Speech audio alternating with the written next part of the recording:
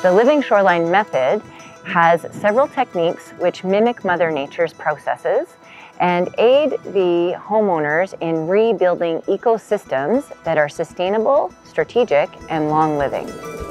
Bonjour, mon nom est Rémi Denet. Je suis gérant de l'Association du bassin versant de la baie de Shediac. Aujourd'hui, je suis ici pour vous parler des côtes vivantes. Les côtes sont des milieux dynamiques qui se transforment naturellement grâce à des processus tels que le transport de sédiments et l'érosion causée par l'eau et le vent. Ces processus sont nécessaires au maintien d'écosystèmes comme les plages, les marais salés et les estuaires. L'élévation du niveau de la mer, une des conséquences des changements climatiques, augmente l'érosion côtière. De nombreux propriétaires côtiers sont préoccupés par les dommages causés par l'érosion. Ils essayent souvent de protéger leur terrain en utilisant des murs de pierre ou d'autres structures rigides. Bien que ces structures puissent faire partie de la solution, elles peuvent interférer avec le mouvement des sédiments et la formation des plages, ce qui augmente l'érosion ailleurs le long de la côte. Ces structures nuisent également à l'habitat des oiseaux de rivage, réduisent la qualité de l'eau et rendent l'accès aux plages difficile. Il existe d'autres alternatives à l'enrochement de nos côtes. La méthode des côtes vivantes permet de stabiliser les rivages et ainsi ralentir les effets de l'érosion sur les propriétés côtières. Rosemary Lowndes de Helping Nature Heal en Nouvelle-Écosse travaille depuis plus de 19 ans avec cette méthode.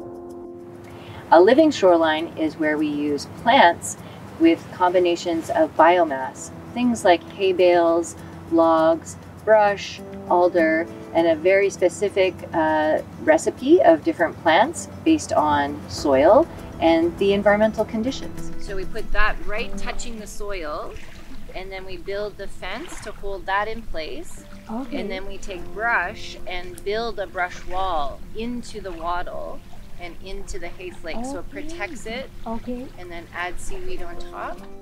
We work with coastal property owners who either have a rock wall existing or have experienced excessive damage due to erosion and don't have any infrastructure on site yet.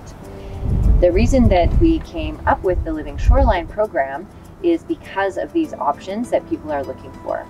Lots of people don't like the industrial view of what the rock wall typically looks like. So we can definitely vegetate those rock walls and make them even stronger and extend the lifetime of that rock wall system.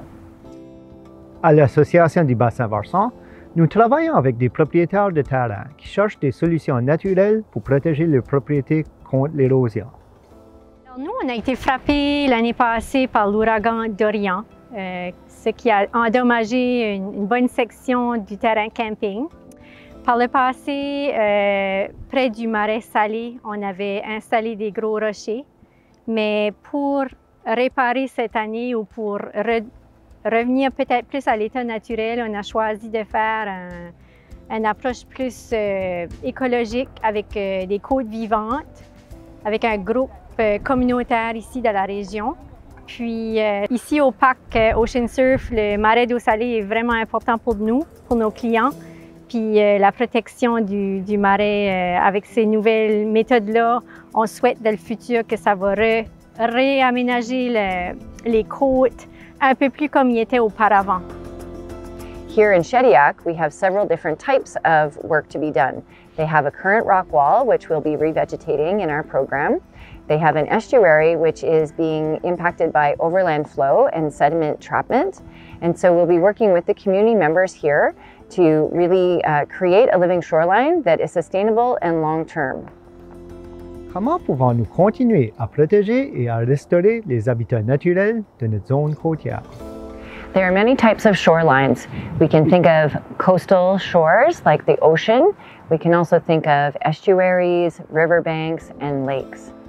The river system is very intriguing, like the one we did yesterday in Pokemouche, where the water and the waves from a lot of boat activity had really eroded badly at the toe of the slope. At the base of the slope, big chunks of land had been washed away. The homeowners chose a natural infrastructure, the living shoreline, as opposed to a rock wall, because they wanted to keep their shoreline as natural and mimic the natural processes as much as possible. We planted hundreds of trees yesterday, shrubs and perennials, and we used several of our methodologies and techniques to heal up this wounded space. By doing so, we know that in the future, those plants will grow stronger, they'll have deeper roots, and they will self-seed and self-generate more species of plants. And this will strengthen and create such a sustainable and long-term living shoreline that will last throughout the homeowner's lifespan and will get better and better over time. Bien que l'enrochement peut faire partie de la solution de la prévention de l'érosion, la méthode des côtes vivantes vise à maintenir l'aspect naturel des écosystèmes côtiers. Notre rôle à l'Association du bassin versant est de protéger et de restaurer les habitats pour améliorer la qualité de l'eau. Avec nos partenaires, nous travaillons avec les propriétaires de terrain pour leur offrir des solutions écologiques. La méthode des côtes vivantes s'inscrit dans cette démarche de protection et de restauration dans les cours d'eau de la région.